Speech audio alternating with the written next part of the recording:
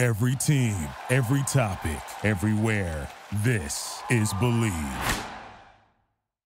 Hello and welcome to Gegenpressing, the Bundesliga podcast. This is the Champions League reaction show from the Dortmund PSV match.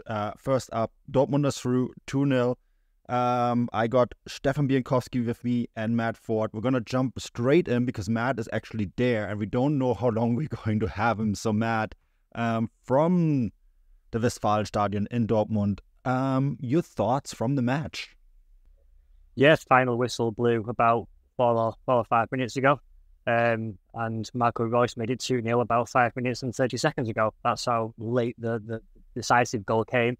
It was needed by the end. I think had the game gone on for another 5 or 10 minutes, I do suspect PSV Eindhoven were getting closer to an equaliser if we were taking us into extra time.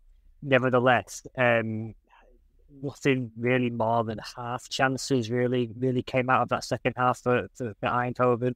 I don't think it takes anything away from the fact that it was, on balance, in my opinion, a very deserved victory for Borussia Dortmund, and indeed over 2 legs actually. I mean, I know there were criticisms of elements of the game in the Netherlands, but I think over the course of 180 minutes of the 2 ties, I think it's a deserved win.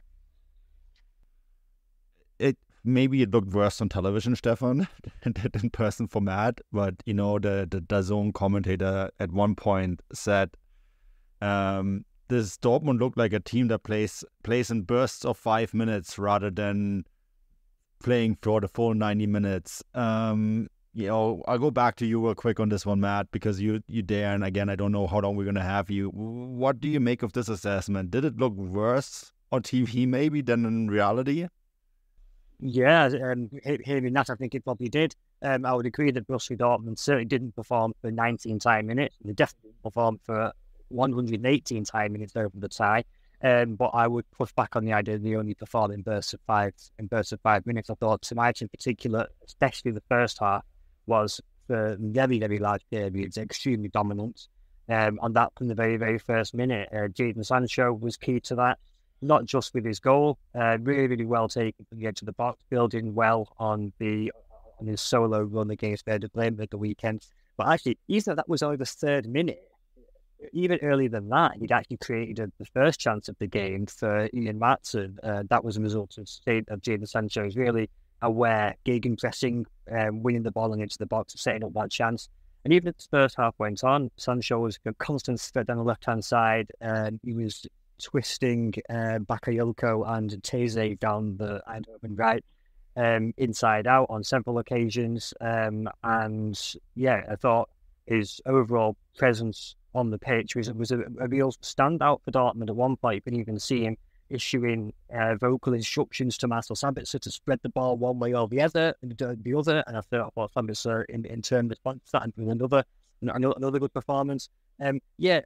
Dortmund's performance and their grip on the game I think it did wane as the first half went on and the second half went on. Nevertheless, I wouldn't go so far as to say that this was a team that only performed in 5-minute bursts tonight. Had Niklas Füllkrug's goal stood in the second half, it was marginally offside.